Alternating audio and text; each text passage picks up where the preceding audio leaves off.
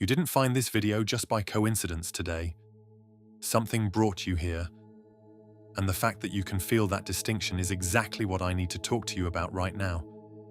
Because there's a particular quality of knowing that grows in people who've been waiting a long time. It doesn't announce itself loudly. It's quieter than that. It lives just beneath the exhaustion, beneath the doubt. This small, stubborn certainty that what you're moving toward is real, that the rearrangement already happening inside you is not wishful thinking.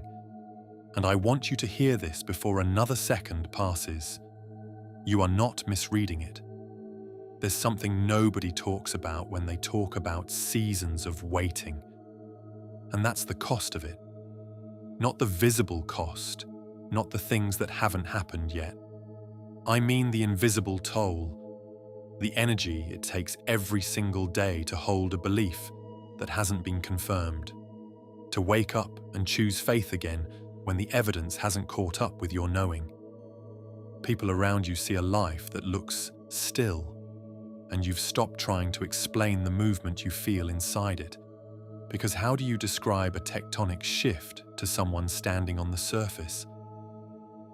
How do you say, I know it doesn't look like anything is happening, but I can feel the ground changing beneath me? You've gotten quieter about it. Not because you stopped believing, but because you got tired of watching people not understand. And that loneliness, the specific loneliness of sensing something others can't yet see, that's been one of the hardest parts of this season, hasn't it? Here's what I want you to understand. What looked like stillness from the outside was never stillness. The waiting has been working. Think about what you knew about yourself when this season began. Think about the version of you that was ready then, what you were willing to settle for, what you thought you deserved, what you believed was even possible for your life. And then look at who's sitting with this right now, because that person has been quietly and completely rebuilt. The waiting removed things, comfortable illusions, relationships that were holding space your real life needs, versions of yourself that were lovable but limiting. It stripped you down to something truer. And the reason that process was so disorienting, the reason you sometimes lay awake wondering if you'd taken a wrong turn, is that becoming unrecognizable to your old self feels, from the inside, a lot like being lost. You weren't lost. You were being remade into someone who can actually receive what's coming. And then there's the fear, the one you don't say out loud much anymore. What if I've been reading this wrong? What if this conviction I carry, this quiet sense that something enormous is close, is just the story I need to tell myself to keep going? What if the breakthrough is a thing I invented to survive the uncertainty? I understand why you ask that. When you've been waiting long enough, doubt stops feeling like a failure of faith and starts feeling like wisdom, like maybe the more honest position is to stop expecting, to protect yourself from the crash of another false start. But here's what that fear is missing. You don't manufacture that kind of knowing. The certainty you feel, that low, persistent frequency beneath all your doubting, that's not the voice of wishful thinking. Wishful thinking is louder, it's anxious, it needs constant reassurance. What you carry is quieter than that, more settled. It doesn't need you to prove it. It just waits, steady and sure, even on the days you argue with it. That quiet knowing, that's perception. That's your deepest self recognizing a threshold it's standing at, even before your eyes can see the door. Something strange happens the deeper you go into surrender. The more you release your grip on when and how, the more the quiet certainty intensifies. That's not a contradiction. That's the paradox at the center of this entire season. Because the life that's coming, the one that has been assembling itself in ways you couldn't plan and couldn't force. It doesn't fit the version of you that was holding on so tightly. It fits the one who learned to let go, the one who sat with discomfort long enough that discomfort stopped having power, the one who found out who they were when external validation went silent, the one who chose themselves in the dark, when no one was watching, when there was nothing to prove it was working. That's who you became in this waiting. And that person, this person, is exactly who what's coming was meant to find.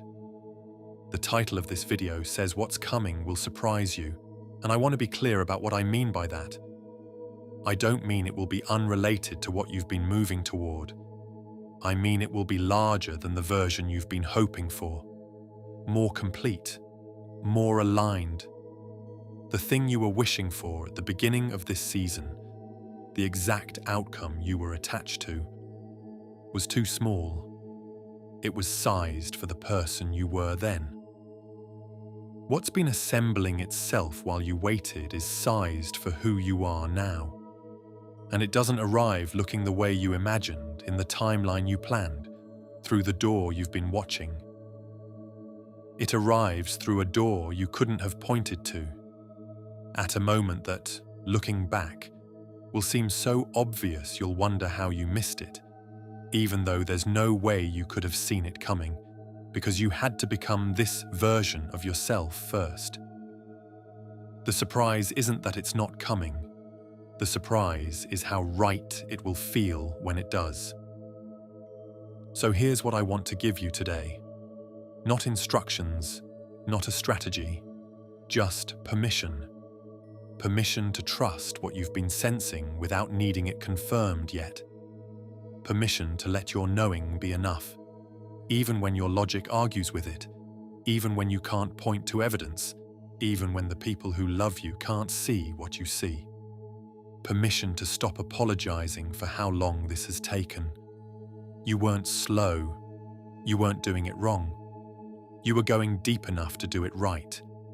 And the depth you went, the places this season took you, the things it asked of you, that depth is exactly what makes what's coming sustainable. Rooted, built to last. You didn't just wait for your life to change. You became the kind of person whose life can change and stay changed, because the foundation under it is solid now.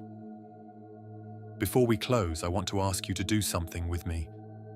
Right now, in the comments, write the words, "I release the timeline and I trust the rearrangement." Don't just type it. Mean it when you write it. Because right now, hundreds of people exactly like you are watching this video at the exact same moment, in their own waiting, carrying their own knowing, standing at their own threshold. And when you write those words, you're not just saying something to me. You're witnessing each other. You're a room full of people who know what it costs to hold faith without proof, and who chose today to trust anyway. That's not a small thing. That's the whole thing. And if you know someone that also needs to hear this message, share it with them. Let them know that they are not the only one feeling this way. The waiting wasn't punishment. It wasn't evidence of your unworthiness or proof that you misread the signs. It was preparation at a level you couldn't have understood from inside it. And you went through it anyway, on faith, in the dark, without the guarantee. That kind of trust is rare. And it's why what's coming isn't just good news. It's the answer to every version of the question you've been carrying through this season. The rearrangement is finishing. The foundation is ready. And you, exactly as you are right now, exactly as this season made you, are ready to receive it.